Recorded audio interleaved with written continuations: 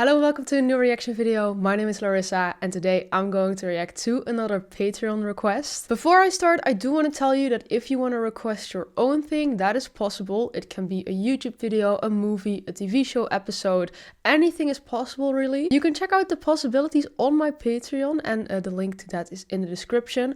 Also, if you want to see my videos early, you can subscribe to the early access tier. And if you want to see my full reactions to episodes, movies or videos, that is also possible under the uncut reaction tier. Check it out, the link to my Patreon is in the description. And yeah, today I'm going to react to, I believe it's a podcast actually. And honestly, I am totally in my podcast era since last year. I'm listening podcast every day. Honestly, this is not the kind of subject I normally listen to, but I did see, well, first of all, it is about Midway. And as you might remember, or not, because it's been a while, but I reacted to the movie Midway from 2019 a while back. So I saw that this podcast episode, there's actually like footage, that's why I'm going to like react to it. But I saw that this episode is called The Battle of Midway in Roland Emmerich's movie versus the real history. So they're gonna compare the movie to the real history. I think that is very interesting. Now I have to say, I think it's been at least a year since I watched that movie. I'm not completely sure, but I think it's something like that. So of course I'm not gonna remember every detail, but I do remember that I think the movie was pretty good. But I did back then already see some people say like, oh, they really just made it more epic for the movie and all. From what I remember, I think it was a really good movie. I had a good time watching it. I think it was pretty well made, and honestly the negative points, I didn't really notice them that much. But I do think by reacting to this, podcast episode or like just watching it, you know, maybe we'll find out some more, like first of all, more historical accurate facts, I think. And we can see what in the movie, maybe was made more dramatic or stuff like that than it actually was, and just what it really was like.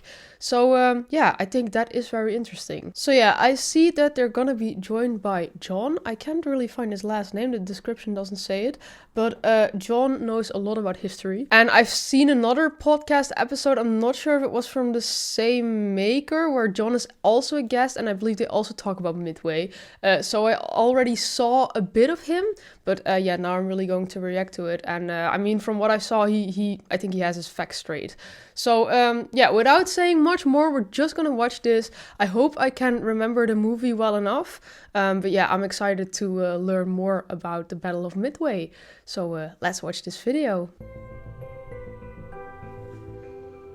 Hello, and welcome to Based on a True Story, the podcast that compares your favorite Hollywood movies with history. Oh, so they do that on a regular basis. That's just their thing for their podcast.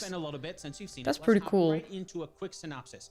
Directed by Roland Emmerich, Midway depicts the events leading up to and including the Battle of Midway during World War II. But the movie covers a lot more than Midway itself. It actually starts with the surprise attack at Pearl Harbor, which draws the United States into World War II. Yeah. We see other battles and key engagements at the Marshall Islands, even the Doolittle Raid, the aftermath of the Battle of Coral Sea, and we also see the American cryptographers gathering intelligence to predict an attack on Midway. And despite some initial setbacks, the movie shows how all these events feed into the US victory in the Battle of Midway as they destroy multiple Japanese aircraft carriers, something that the movie's marketing claims turned the tide of the war. Now, if you're a longtime listener to Based on a True Story, you'll know that we covered Midway a few years ago, back on episode number 158 with Craig Simons. Oh. That was a fantastic episode, if I do say so myself. I've been on the hunt for someone to talk about the classic 1976 film of the same name. Dr. Blesich recommended John Parshall as the co-author. John Parshall, that was his name, yeah. As the best person to talk to about the 1976 Midway movie. John's reply surprised me. He told me that he was one of the historical consultants on the 2019 movie of the same name. I had no idea because John is not actually credited in the movie, even though he helped work on it. Secondly, John admitted that he hasn't seen the 1976 movie since it was in the theaters.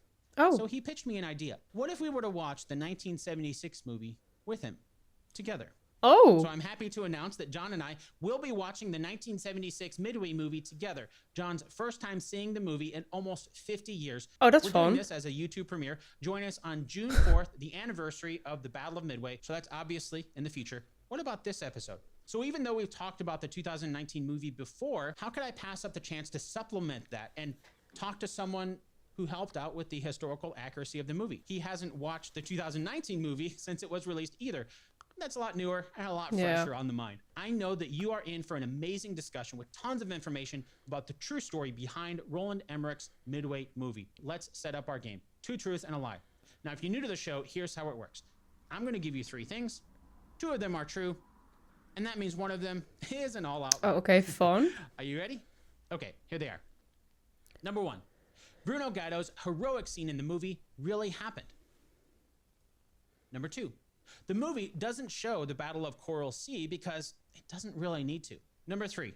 American torpedo planes sacrificed themselves to win the Battle of Midway. Got it? I think 1. Okay, now as you're listening to our story Is the today, lie? I don't challenge is know. to identify 1? which one of those is the lie, and of course we'll do a recap at the end of the episode to see how well you did. Oh, at the end of the Now it's episode. time to Okay. connect with John Parshall about the historical accuracy of Midway. If you were to give it a letter grade for its historical accuracy, what would you give it? Oh, you know, C, C+, something like that. And understand, I'm a tough grader. And understand, too, that I've also worked on a lot of TV shows and in a historical context. And whenever you get called in as an historian to work on one of these things, you have to understand from the get-go that your role is damage control, right? There's always going to be stuff in here that's gonna set your teeth on edge, and your job is to really, as much as possible, try to prevent as much of that as possible. First thing I offered was like, I'd love to, fact check your script. And they were That like, sounds "Oh, no, like no, a really you fun can't do job that." if you know all of that. From my standpoint, it's kind of bizarre. You've just hired the guy that wrote the book on Midway that's come out in the last, 20 years, and you don't want me to look at your script. Okay, dude, whatever. But that's kind of what went down. So I didn't have any idea what I was going to see until I literally walked into the theater and saw it on the screen. So from a hardcore historian perspective, if you were to take a shot every time there was an inaccuracy, you'd have been in the ER within like half an hour on this movie. They were just Okay. I think that says a lot already. This movie did move the ball ahead on the historiography on this battle, and so it was a good thing from that standpoint. But there were a lot of little nitpicky details that, for me, just like that's wrong. So anyway, there you go. If they brought you in as a consultant, but they didn't let you see the script, Yeah, that's weird. why did they? What did you do? Yeah. What would you say you do here? Right. So they really brought me in because my expertise is on the Japanese side of the battle. And so they had me, running down really obscure stuff like, we need line drawings of the Admiral's launches. Can you tell us what color the interior bulkheads were on the battleship Nagato and that kind of stuff? So it's more like they already had the script in place and it was like, okay, we want these little minutia of details and okay. Ding, ding, ding. Yep. I get it. Okay. That is really stupid. Like, you have the guy, why not let him read the script? Come on. It starts with the surprise attack on Pearl Harbor, December 7th, 1941. And the movie suggests that there's an intelligence officer named Edwin Layton who knew about the attack before it was going to happen, even tried to warn some officials, but they all ignored him. And according to the movie, this then turns out to be a big reason why people end up believing his intelligence about the Battle of Midway later on. So is the movie correct to suggest Layton's intelligence about the attack at Pearl Harbor was ignored, and that was a big reason why the intelligence about the Battle of Midway was believed later? Nah, I think that's a bit of a conflation. Okay, so let's just set the stage. Layton was an officer on Admiral Kimmel's staff, who was the commander at Pearl Harbor, who ends up getting scapegoated and disgraced and drummed out. And then Layton will be rolled forward to be an intel officer on Nimitz's staff when Nimitz comes in and takes over. After the war, Layton wrote a very important book, and he rightly laid a lot of responsibility for what happened to Admiral Kimmel and the fleet at the feet of people back in D.C., particularly a guy named Richmond Kelly Turner, who was one of the main planning officers back in D.C. You could have done a better job of telling Kimmel and his army counterpart, a guy named General Short, war is coming.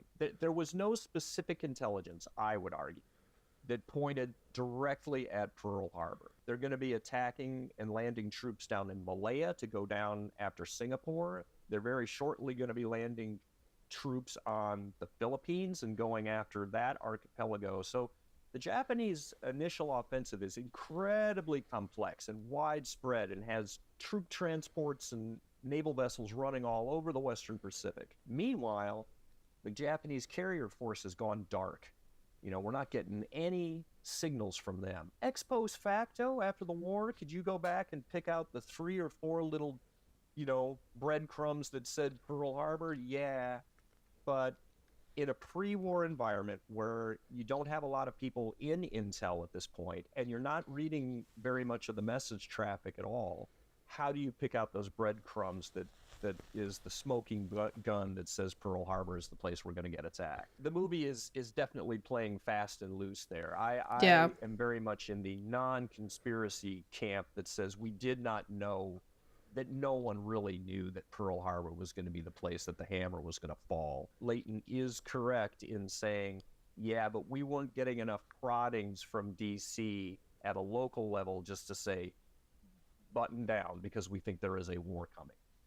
And talking about Leighton's intelligence, and in the movie we see there's Leighton, of course, but behind Leighton is a man named Joseph Rochefort, who in turn we see have a room full of former musicians from the band on USS California that he's turned into the intelligence team breaking down ciphers. How much of that is true? Some of that is true. I mean, Rochefort very much is true. Rochefort is this eccentric guy, a brilliant Japanese language specialist, and has a really good ear for putting together these intel puzzles. And so Leighton and Rochefort had been Japanese language students together. They have known each other for a fairly long time. You can think of Leighton as the interface to the admirals, whereas Rochefort is running this dungeon, down in Pearl Harbor that is actually doing the code breaking. There's another guy, is not even in the movie, a kid named Max Showers, who is a journalism major. He's just recently graduated from college. He comes out to Pearl Harbor right after the attack, and he's immediately put into a replacement depot because they don't know what to do with a journalism major, right? And goes to Mac, and he's like, they're telling me they need a warm body down there. I can't spare anybody, but I can spare you. And so he, shoves this kid, Mac, down into the basement. Mac Showers is going to go on to retire a rear admiral in naval intelligence. So he turns out to have a knack for it, and goes on to have a sterling career. But at this point in time, that code-breaking unit is extremely understaffed, and Rochefort is grabbing people, from wherever he can and trying to slot them into positions where they can do some good. Was that ever a consideration of, just because there was a lack of personnel in intelligence, that maybe we're not getting everything, and maybe that's the reason why some of this is missing? Is it just on our side?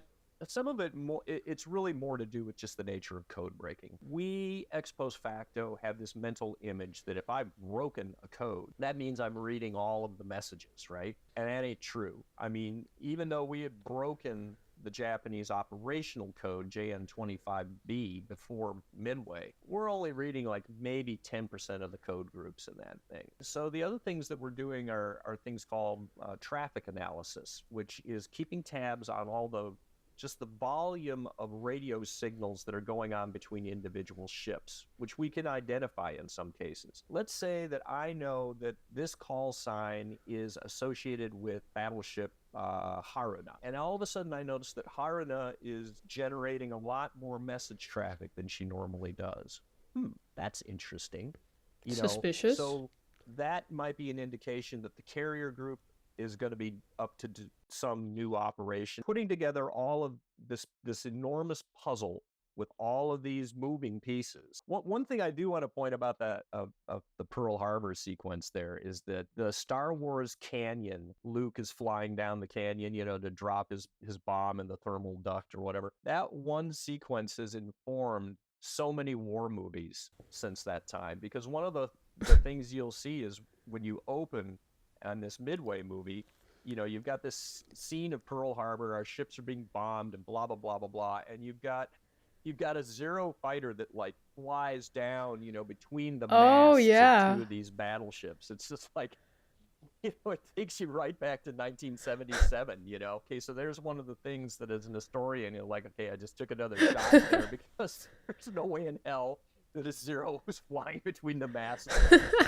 All these movies is just using that from Star Wars. That's multiple shots there for that. So then the movie shows Dick Best, one of the pilots, go off to attack the other airfield with a dive bomber. The Japanese bombers are attacking the American ships, and Nick Jonas's character, Bruno Gaido, hops on one of the machine guns, the seat of the plane on the deck, and when he's telling it, I slightly remember all the scenes. Yeah, that actually happened. Okay, let's actually start with the last one first. Bruno Gaido did that. Oh. Okay. Yeah. So the Enterprise was under attack by a group of Japanese Betty bombers, and one of them got pretty close to the Enterprise, and Gaido jumped in the back seat of an SBD and grabbed one of the twin 30s and yanked it around and was doing his thing. I don't think that he actually shot that bomber down. The bomber had already been damaged beforehand and was actually knew that and was making sort of an early version of a kamikaze run on Enterprise. I think that's really what I mean with just making things look more epic, Comes right over the flight deck, skims and hits a couple of the aircraft on the deck before it goes over the side and lands in the water and goes kaboom. Yeah, I mean, Gaido was crazy brave, and he rightly deserve the honor that he gets later on. In fact, he gets called up to the bridge on Enterprise by Halsey, and right after that, Halsey is like, who are you, son? And I'm, Gaido armament, third class. And he's like, well, you're now an armorer's mate first class. Good job. So that's all legit. Okay.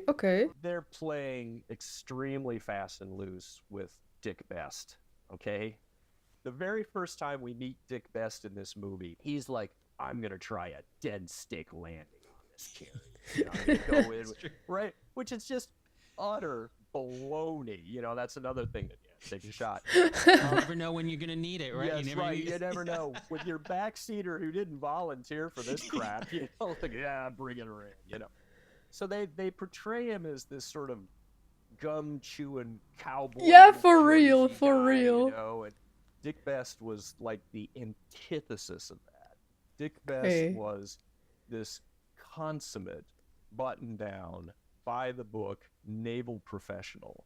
So, and that was one of the things that just from a character standpoint, I'm just like, what? So that was just not true at all. Just the way his character was. I wrote to the guy who actually did do the script checking on this movie. He's a friend of mine. And I was like, what was up with that?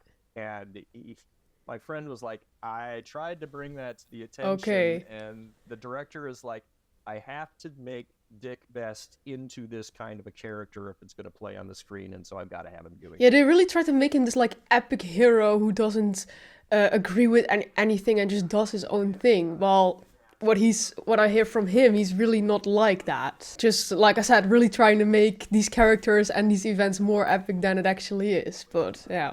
Do you think the movie did a good job depicting the Doolittle Raid on screen? And then is it true that the men on the ships had no idea before seeing the bombers on Hornet's deck? Yeah, I mean, this operation was kept under very, very tight security because it's a one-time deal.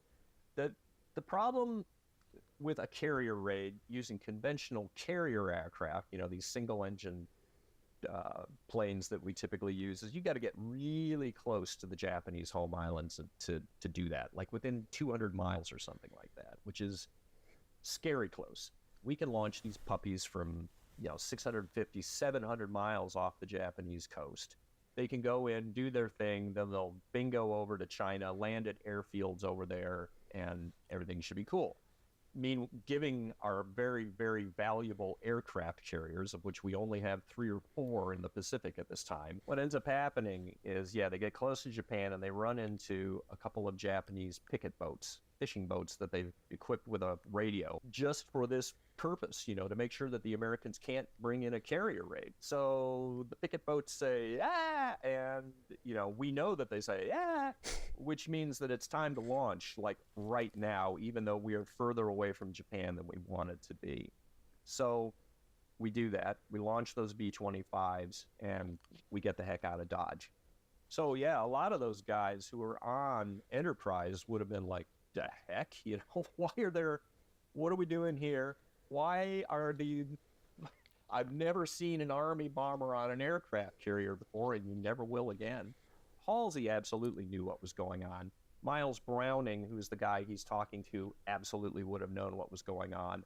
But the rank and file on the carriers, in many cases, would be like absolutely dumbfounded.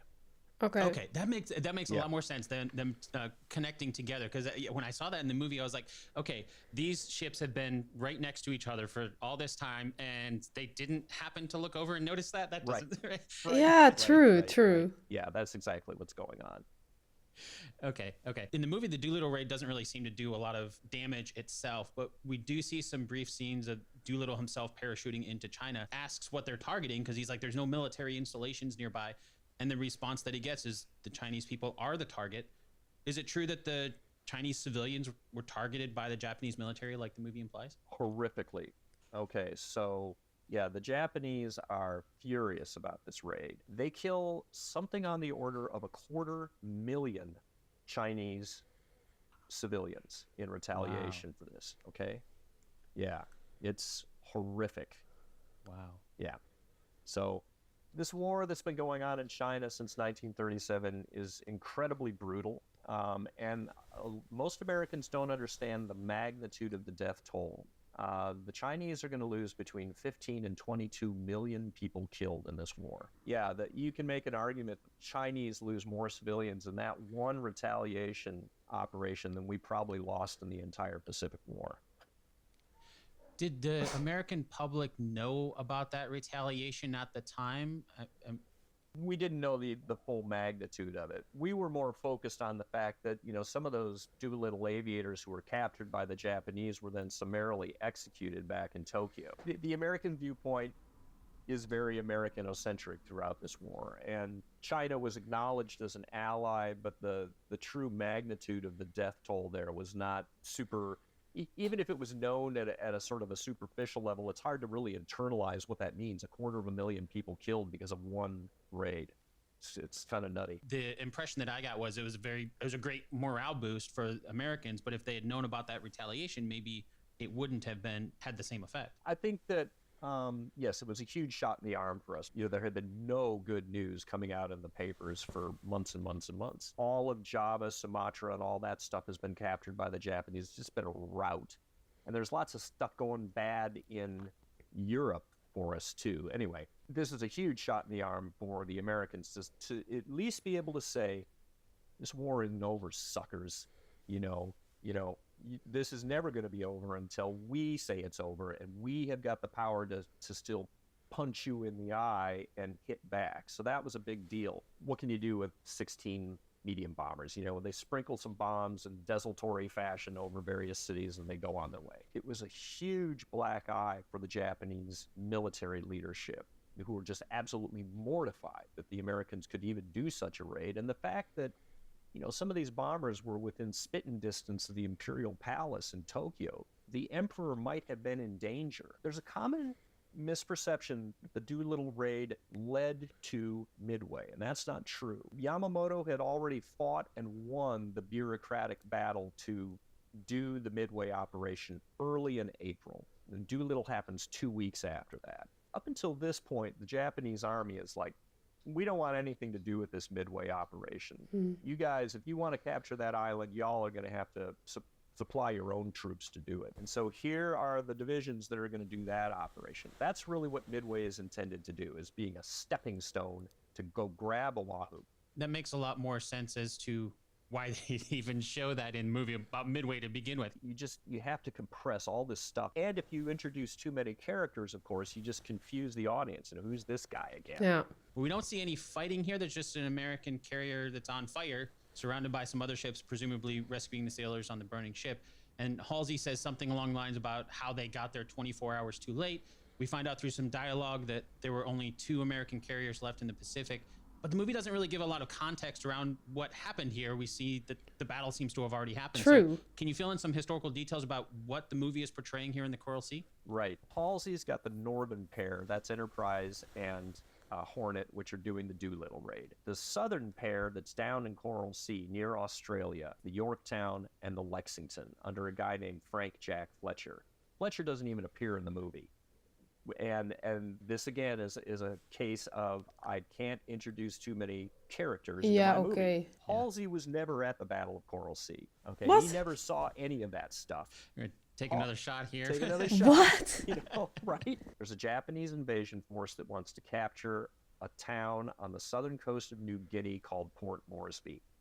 And I'm not even going to go into the details as to why the hell they wanted it. It was stupid that they wanted it, but they wanted it. So they're sending an invasion fleet down there, and they send a pair of aircraft carriers, which had been at Pearl Harbor, but now they're down in the South Pacific, Shokaku and Zuikaku. We end up having a carrier battle. It's the very first carrier battle in history, and nobody knows what they're doing. So there's a lot of, blind man's bluff and just kind of groping around in the dark for each other and terrible sighting reports, navigating over open water at this point in time. I mean, nowadays, right, you and I can't go to the grocery store without Siri whispering in our ear and telling us where the hell to go, right?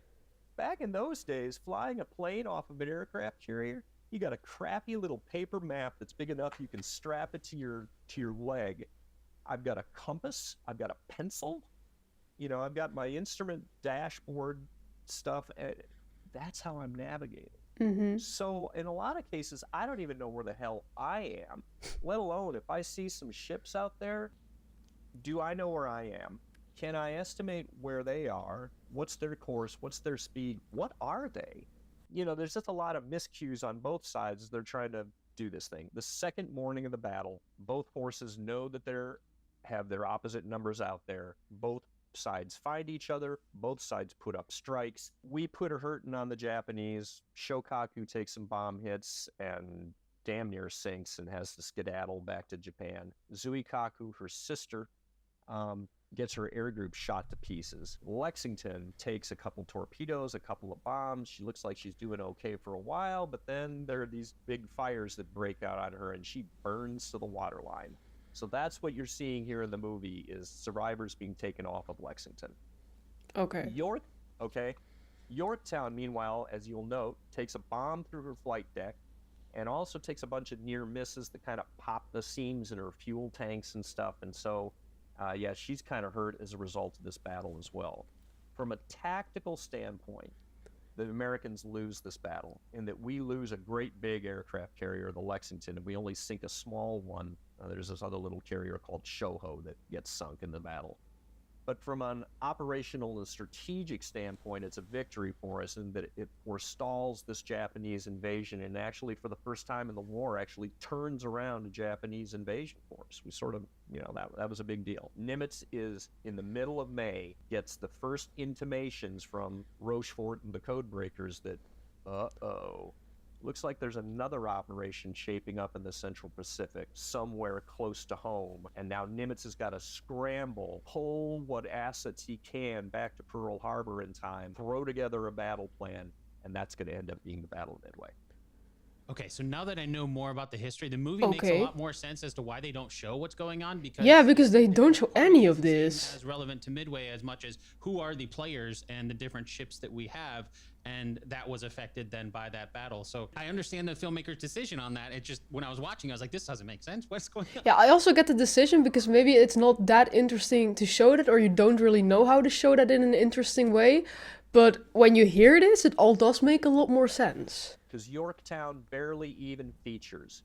Yorktown's commander, he doesn't even feature, and yet he is the commander at Midway. Spruance is going to be his subordinate. We're going to talk about that in a little bit. But again, for the purposes of their storytelling, they're cutting away the extraneous stuff, and you're left basically with the cast that's on the carrier Enterprise and what they're doing in this movie or during this battle. That becomes essentially the proxy for the entire battle. They know that there's an attack coming at a major target, but they don't know where it is. And there's this code name of AF that seems to be floating around. Leighton and Rochefort think that it's Midway, but Washington, D.C. does not. And then a little later, we find that Leighton tells Nimitz, this is all in the movie, that they intercepted a Japanese message saying the water plant on AF is broken. Midway accidentally sent out an unencrypted transmission of their water plant being broken down. Of course, it wasn't broken. It wasn't an accident, right? You know, they were sending the message was not an accident. But is that really how the U.S. Navy figured out that Midway was the target? Yes and no. 80% of that is correct. So there's a fight going on now between Rochefort and his crew at Hypo, which is the code-breaking station in Pearl, and their bosses back in Washington, D.C., at a place called Op-20G. They're going to be the bad guys in this drama later in the war. They're going to get Rochefort fired, and all of the nerderati like me, we hate the Redmond brothers. But anyway, there's this feud going on. Washington is saying AF is not Midway. AF is up in the Aleutian Islands, or AF is down close to Australia, but we don't buy that it's Midway. Meanwhile, Rochefort and Layton and all of their guys is like, y'all are smoking crack. We absolutely know that AF is Midway. They had laid out all their reasons to both Layton and Nimitz was convinced as well. There's a secure underwater cable that runs up to Midway. And so they send a message up to Midway that they know the Japanese can't intercept. And they tell Midway, I want you to broadcast in clear that your water purification plant has broken down. And that's what Midway does. And then, like within a day, lo and behold, they intercept a Japanese message that says, AF is short of water. Send a water tanker along with the invasion force when we do our thing.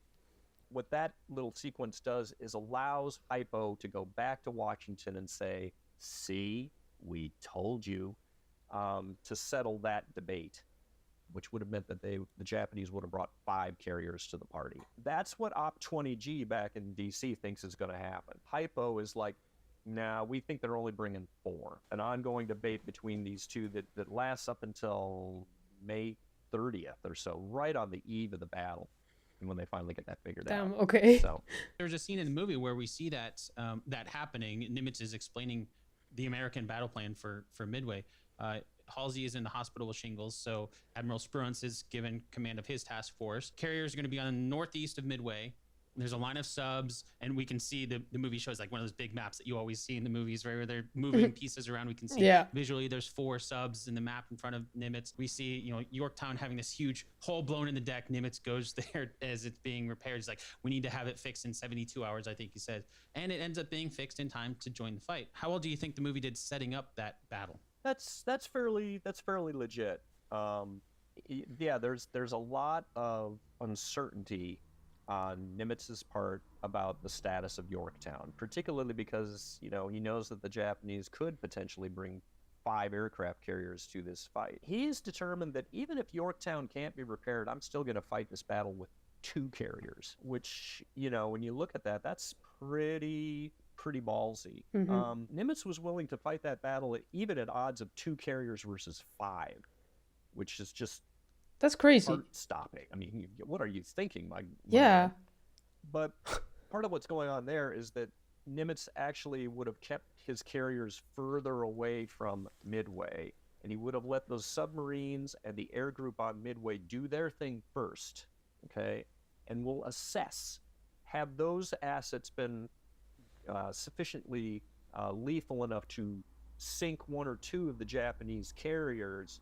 Then and only then would I give the word to my carriers northeast of Midway, okay, it looks like the odds are a little more even. Why don't you come on down? Because they're well out of scouting. Okay, like that. That's not historically what ends up happening. What ends up happening is Yorktown comes back to Pearl Harbor on the 27th.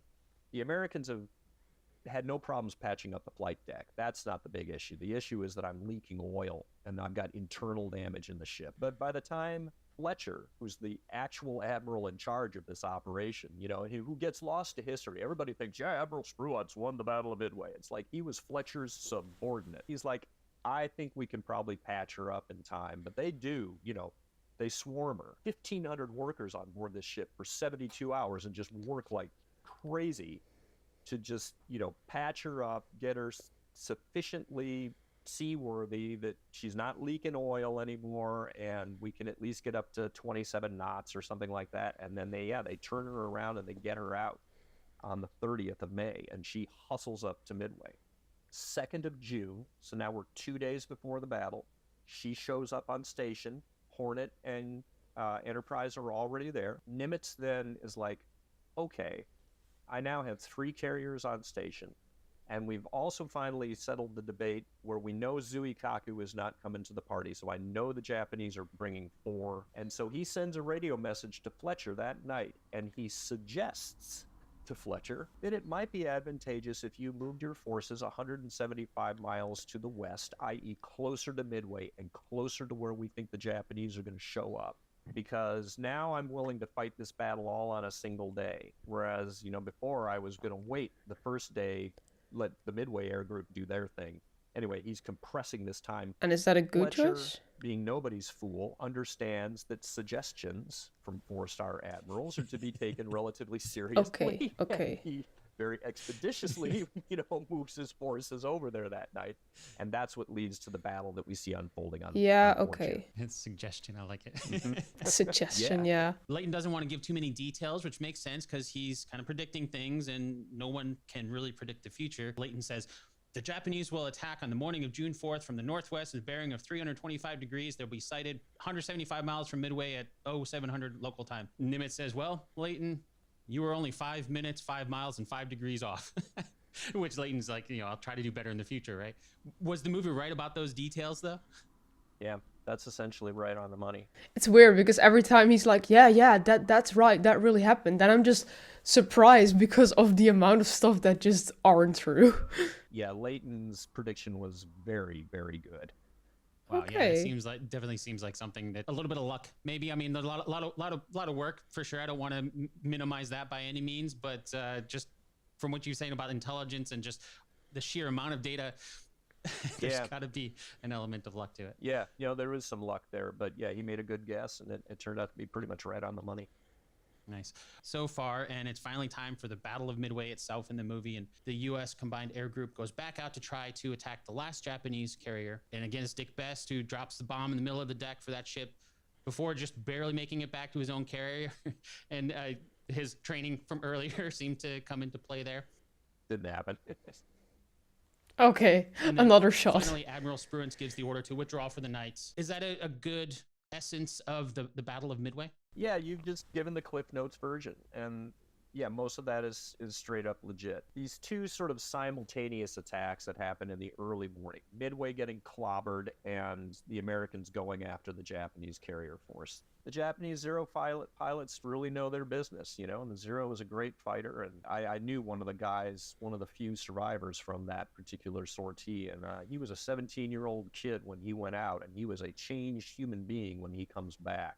He had a baseball cap that had a hole in the... He let me put my finger through it. That was where the machine gun bullet from a Japanese Zero came in and creased his head. What? Knocked him cold. He comes to... The plane has been shot to pieces. The pilot up front in this DBF Avenger is like, I don't know how I'm going to keep this bird in the air. That is fucking finally, scary. Down almost at sea level.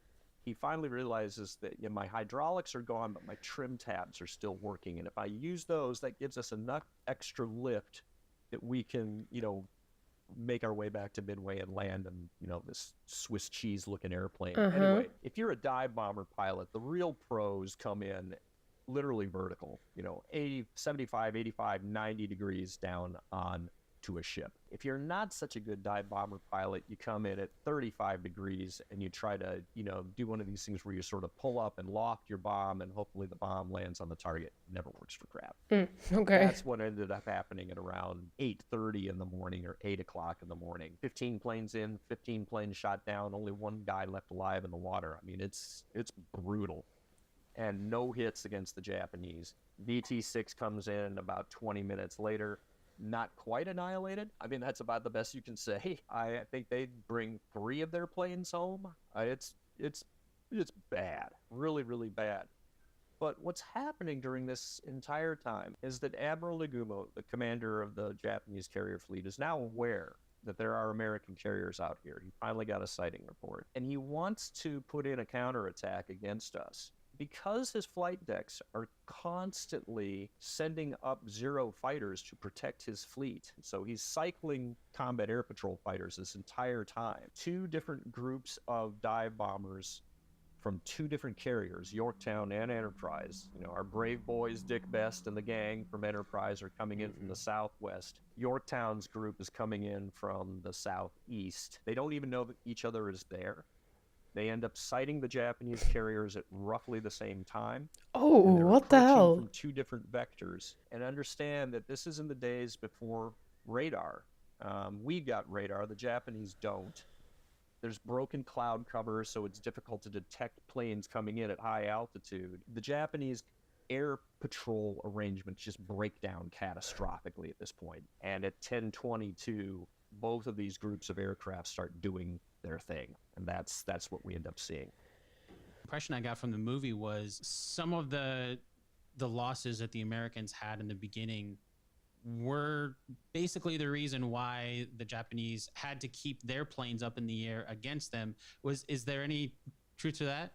Okay, so this is one of the most long-standing myths about the Battle of Midway. Oh, okay. Is that, okay, the sacrifice of those torpedo planes was horrific, but it played this big role in that it supposedly it pulled the Japanese Zeros down to sea level, and that leaves the skies clear for the American dive bombers to come in at high level. That's kind of nonsense, because if you look at the performance characteristics of a Japanese Zero, this is a plane that can climb from sea level up to 15,000 feet in like 7 minutes flat. Okay? Torpedo Squadron 8, which attacked at 0917, was completely destroyed by about 0930, 0935. In other words, 50 minutes before this dive bomber attack happens. So the Japanese had plenty of time to get those Zeros back up in the air. Basically, all of the Zeros kind of get sucked into the southeast threat vector. They can see these torpedo planes, and that's an obvious threat. I haven't seen the dive bombers yet. And so it's not a case of vertical not being in the right place vertically, it's that they have been laterally distorted and pulled away from the fleet, thereby leaving the other axes of attack open to the Americans. Okay, which makes a lot of sense, knowing that the Japanese don't have radar. That makes sense. Well, and unfortunately, one of the things that the movie sort of portrays, and again, this is back in the sort of the Star Wars canon, you know, there's a lot of planes coming in, like Dick Best, at relatively low level, which is now what dive bombers do. And you see them like literally popping up over Japanese warships on their way to the, you know, it's like this entire fleet of, there are only 20 Japanese warships here, and they are incredibly spread out. And so if that destroyer sees something coming in, it'll start firing its guns, and then the people, you know, back in the core of the fleet, the carriers are like, uh-oh, Bubba over there is shooting its guns. Maybe we ought to send some Zeros over in that neck of the woods. That's their air defense arrangements. It's pretty pathetic. You'd have been lucky if you'd have found one Japanese ship to pop over, you know, let alone, you know, ship after ship after ship. They make it out to be this enormous formation of dozens of ships. Yeah. It's not that, it ain't that big. And also when I think of all those ships like flying right now, it's just, it really indeed reminds me of just like a Star Wars scene. Like they really just, try to copy that or something. To build up some airspeed, and then when we get over our target, boom, now we go down at 90 degrees and we nail them. So that's what we should have seen. Because of course it looks more epic, but yeah, if it's true, that's another story. Some text at the very beginning of the movie that I want to ask you about here at the end. And the quote at the beginning of the movie is, I'll quote it here, it says, "This is a true account of the events that led to the most important naval battle in American history. One single day that turned the tide of the war in the Pacific." Now, since the movie ends after the battle itself, the victory for the Americans, it doesn't really talk about the overall context of how it turned the tide. So can you give us a summary of how the Battle of Midway turned the tide of the war in the Pacific? Right, and so this is a weird thing for a guy who wrote about a book on the Battle of Midway to say, but I don't believe in turning points in a war this large, okay? I believe in inflection points that will nudge a war onto a slightly new course, but there's a lot of stuff going on in the course of this war. I absolutely do think that the Battle of Midway is the most important naval battle history. If you're thinking big picture, if I'm the United States I know that long term, I have got it all over the Japanese. I have twice the population. I am completely self-sufficient in oil, coal, steel, anything you care to name. I have a massive industrial advantage on the Japanese. But the only way this war is going to end is for me to somehow crush their military forces, get my own military forces within proximity to the home islands. I got to capture some island bastions out there someplace where I'm either going to bomb the Japanese into ruin or physically invade them. So there's an attritional process that has to start here. I think in terms of a sausage grinder. Every day, somewhere in the Pacific, I need to be rolling out of bed every morning knowing it's going to be a great day, because today I am going to be killing Japanese soldiers, shooting down their aircraft, hopefully getting in a naval battle every so often, and just starting this attritional process to destroy their military so that I can advance in the Pacific and do the things that I need to do. I ain't got that now. Midway gives us that, because what ends up happening as a result of Midway, so the Japanese lose 4 aircraft carriers, all 4 that went to that party. Akagi, Kaga, Soryu, and Hiryu, gone. The 4 best aircraft carriers they had. And we only lose the Yorktown. We have dragged ourselves back up to parity with the Japanese in terms of carrier power, which doesn't sound all that thrilling, but in the dark days of 1942, that's a hell of a great accomplishment. And this allows Nimitz's boss, Admiral King, who runs the U.S. Navy, to start thinking about, where do I want to counterattack? I want to take the initiative away from these guys, and we're going to be invading Guadalcanal in early August. That's going to kick off a 6-month campaign, and during the course of that campaign, we're going to kill 30 to 40,000 Japanese soldiers on that island, 600 or 700 of their aircraft. There's going to be 6 major naval battles in the course of that contest that are going to sink 24 Japanese warships, 24 of ours too. That's the sausage grinder that we need to start this process. And our victory at Midway gives us the ability to speed up that timetable. If we had lost at Midway, I don't think we're going to lose the war, but we ain't going to get no sausage grinder set up on August 7th, 1942 at Guadalcanal, right? Midway is sort of the gift that keeps on giving. I get what he's saying, yeah. Like, it would have changed a lot, but it wouldn't have changed the outcome. Kind of, that's what he's saying, right? It's like, okay, now we can look back and say, this allowed us to be more offensive, go on the offensive. This was the point. If we had lost at Midway, then maybe it would have been a different point. But because we're looking at it from our perspective now, we can see that that's when the tide turned. Yeah. Yes, they recognize that it's an important victory, but there are a lot of people that are saying, the Japanese are going to be back, and they're going to come back in even stronger numbers this next time. Nobody at this point in June 42 recognizes this for what we're going to call it 80 years later. Seminal battle, game changer.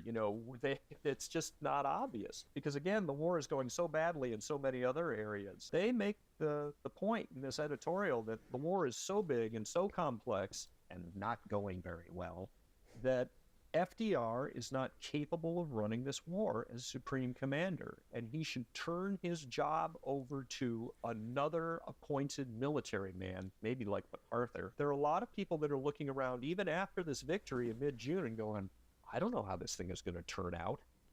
It's a scary time. Mm-hmm. What might have been? Are you open to maybe doing some what-if scenarios? Bring it on. Okay. This guy knows fucking everything, so I think he's open to any question. The biggest what-if is, we're talking about the tide of the war and how everything changed. What if the Americans had not won the Battle of Midway? Good how question. do you think that would have affected the overall war? What does not win look like? I don't think that there's any scenario where we lose all 3 of our carriers. I think that both Fletcher and Spruance were cautious enough that they would have seen that if things are going pear-shaped, they would have headed for the exits and probably brought out at least one of our carriers. That's a guess, who knows. And likewise, I don't see that there's any way that the Japanese don't lose some of their carriers in return. So I think the worst case scenario that you come away with this battle is the Japanese lose 2, we lose 2. Maybe they successfully invade the island, although I really don't think they could have, and we could nerd out on that if need be. But the bottom line is, again, big picture, the U.S. has an economy that is 5 times larger than Japan's. At the start of the war, it's going to be 8 times larger by the time we get to the end of this war. So I don't see, within the limited context of the Pacific, as long as the American political will to stay in this war is there, we are going to beat the Japanese. I just don't know when. If we're not as fast getting to where we got by the middle of 1945, the Russians might have invaded the northern part of Japan, and we could have come out of that war with a communist occupation zone and an allied occupation. You could have had North and South Japan just like you have North and South Korea. So there's all sorts of... The further you get away from the battle, these ripples of cause and effect get more and more nebulous, and I don't have a big enough crystal ball. All I will say again is that Midway is incredibly important in allowing us to start that attritional process a lot earlier than we would have otherwise. The problem for the Japanese, though, is having attacked at Pearl Harbor the way they did attack, everyone in America is just furious and absolutely disinclined to negotiate with them. You really don't see war fatigue starting to happen on the American side until later in 1945. By the time you win the war in Europe in May of 45, there are a lot of people who are just like, can we just get this thing over with? The U.S. Army, on the other hand, is like, the longer this puppy goes, the more and more tired of it people are going to be. We need to bring this thing to a close. So that's fast forwarding. Anyway, there you have it. Yep. The next what if that I have has to do with Yorktown, actually. And there's a line of dialogue I want to point out from the movie is between Dick Best and Clarence Dickinson. Mentioned when Yorktown catches up to the rest of the fleet, says, oh, we can't believe that she made it out of dry dock in time. And then Clarence says something along the lines of, every battle needs a miracle, right? So what if Yorktown was not repaired in time for the Battle of Midway? Was it a miracle like the movie seems to suggest? No, I don't think so. As I say, Nimitz was willing to fight that battle at odds of 2 versus 4. So from a doctrinal standpoint, we're going to tank into the weeds here. The doctrine of the time said your average dive bomber will get 1 hit out of 6.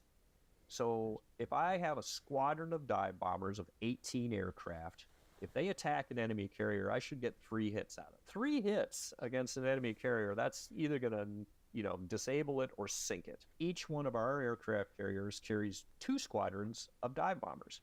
Not to mention the torpedo planes, which we think are kind of junky, but we don't really know until the battle just how junky they really are.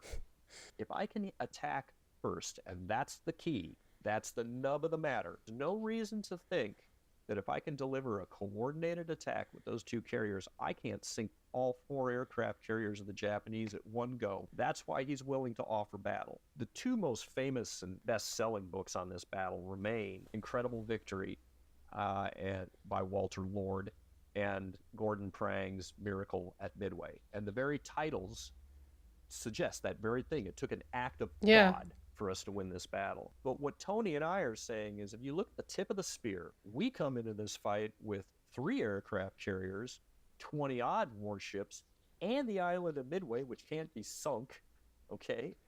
And way more scouting assets in the form of float planes and that sort of thing, amphibious planes like PBY Catalinas down at Midway. If you win the scouting battle, that means hopefully you get your aircraft up first before the Japanese do. And that is, in essence, what happened during the battle.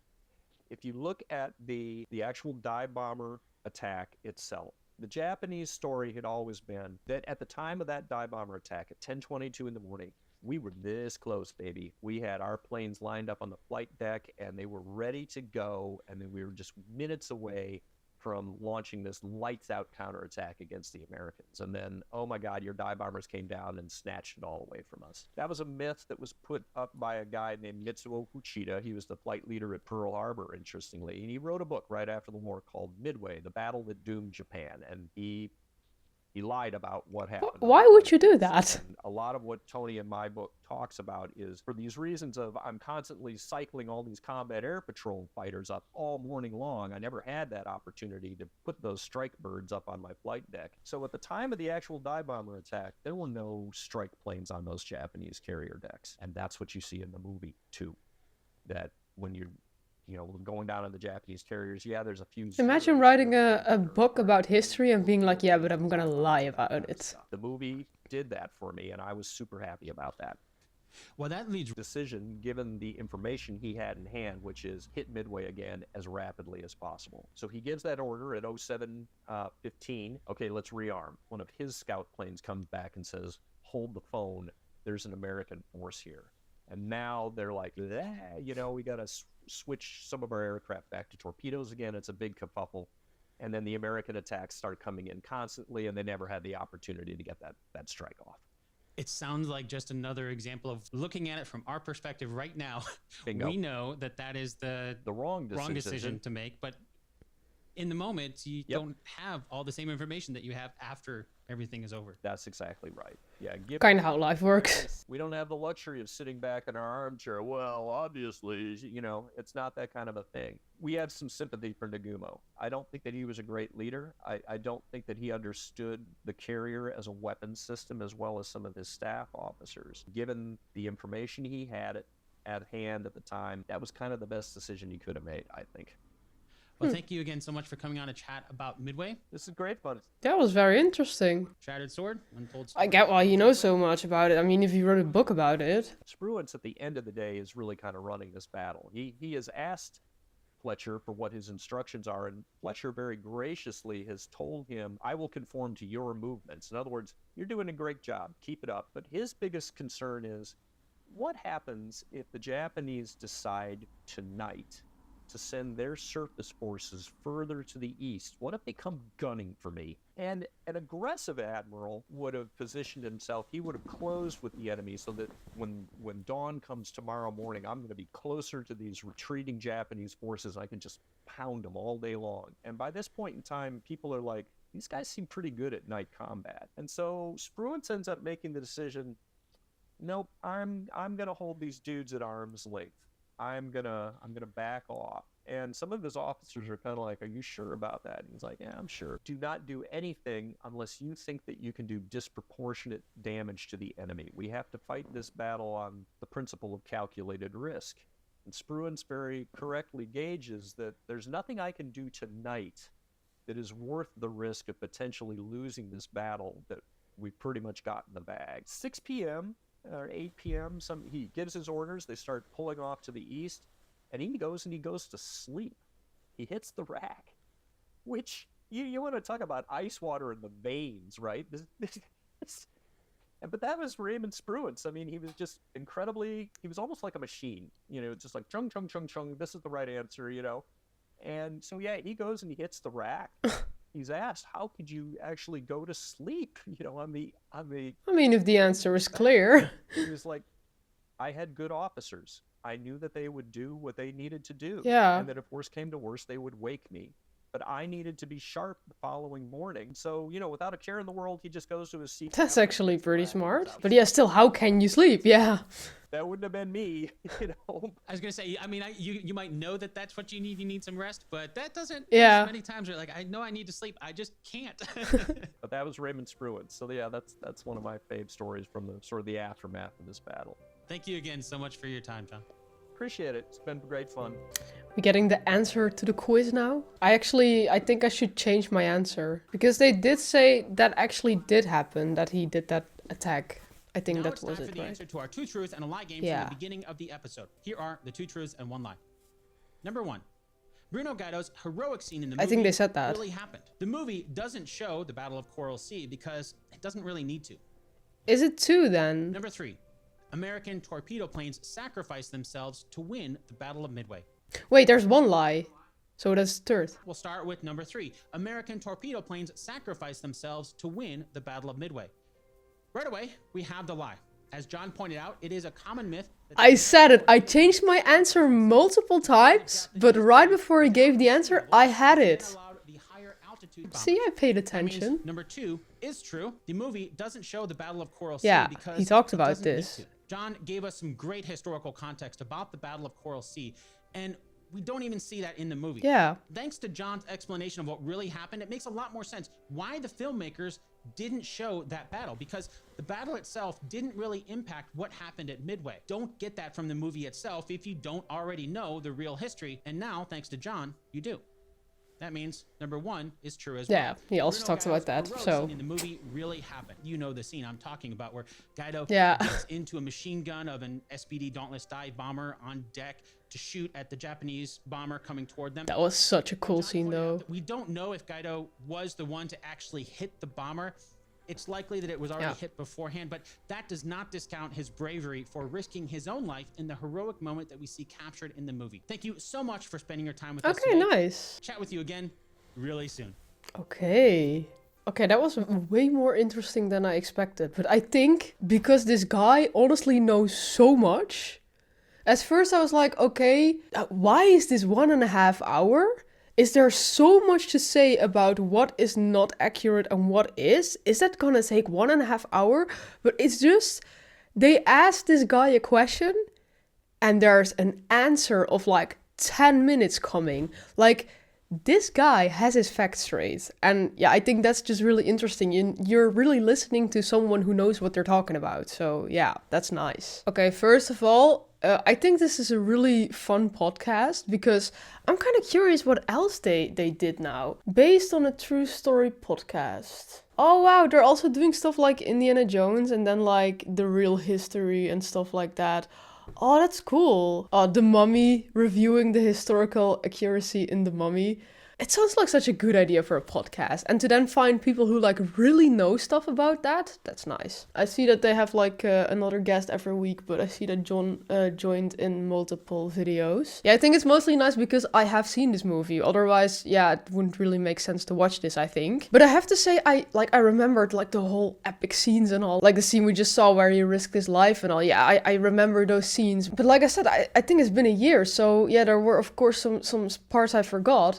But the moment he was talking about them, it all came back to me. So yeah, I kind of have the whole movie just in my head again. It's nice that they question it so well, but what I mostly don't get is there were like eventually appeared to be a lot of things that were true actually, but also a lot of things that were just not correct. And then the thing that I noticed the most was the character of, I think it was Dick Bass, that they really made him this indeed like gum chewing hero. Like the gum chewing was such a big part that I was like, this has to be like some historically accurate thing, right? Because otherwise they laid it on so thick. Like, yeah, this hero, this is like how he behaves, this is his character, this is what he is, you know?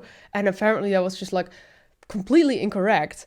And at first I thought, oh, these people who wrote the script or the director, I don't know, they just don't want someone to review the script because they're content with the script or something. Which, first of all, is pretty weird because, of course, when you make a movie that you want it to be historically accurate, right? But then I think about in the middle of this podcast, we find out that the script was actually reviewed, actually by a friend of John, who's also, who also knows a lot about history. And he did point that out, but they just didn't do anything with it. And then I'm also thinking like, how many other things did that guy point out then where they didn't do anything with? Because like John was saying, every time you have to drink a shot when something is historically inaccurate. And that appeared to be quite a lot actually. I feel like the conclusion in the end is what I said in the beginning as well. They really try to make it more epic than it actually is, which does make sense for films, because otherwise for films it's mostly not that interesting if you're just gonna tell like the whole truth and just stick to that precisely, because that's just not that interesting. You need to make some things more dramatic, you need to show it in a more epic way, but I feel like maybe in this movie they did it a bit too much, especially when I hear all of this. But yeah, like I said, he also mentioned a lot of things that were accurate. He also explained why we didn't see that one battle and all, because in the movie they just didn't show it because it was necessary. But with his explanation, it does indeed make more sense. And that also brings me back to the 2 truths, 1 lie. In the beginning, it was really guessing. I was just looking at these answers and I was like, I don't see why those last 2 answers would be a lie. So I just went with the first one. It was a complete guess, to be honest. Then when they showed the answers again at the end, I was like, hey, wait, he talked about these points. And then at first I was like, oh no, then the second one is probably the lie. And then right before he gave the answer, I was like, no, wait, he talked about that too. The third one is the lie. And then he said it and I was like, I got it correct. So yeah, I think it's a fun thing that they do that, because like when you pay attention, then in the end you can know the answer, because in the beginning it was just a wild guess. I have to say, and I'm sorry if my reaction maybe wasn't that interesting because of that, but because it's such a bomb of information coming at you, there is just no space for me to really make comments about it.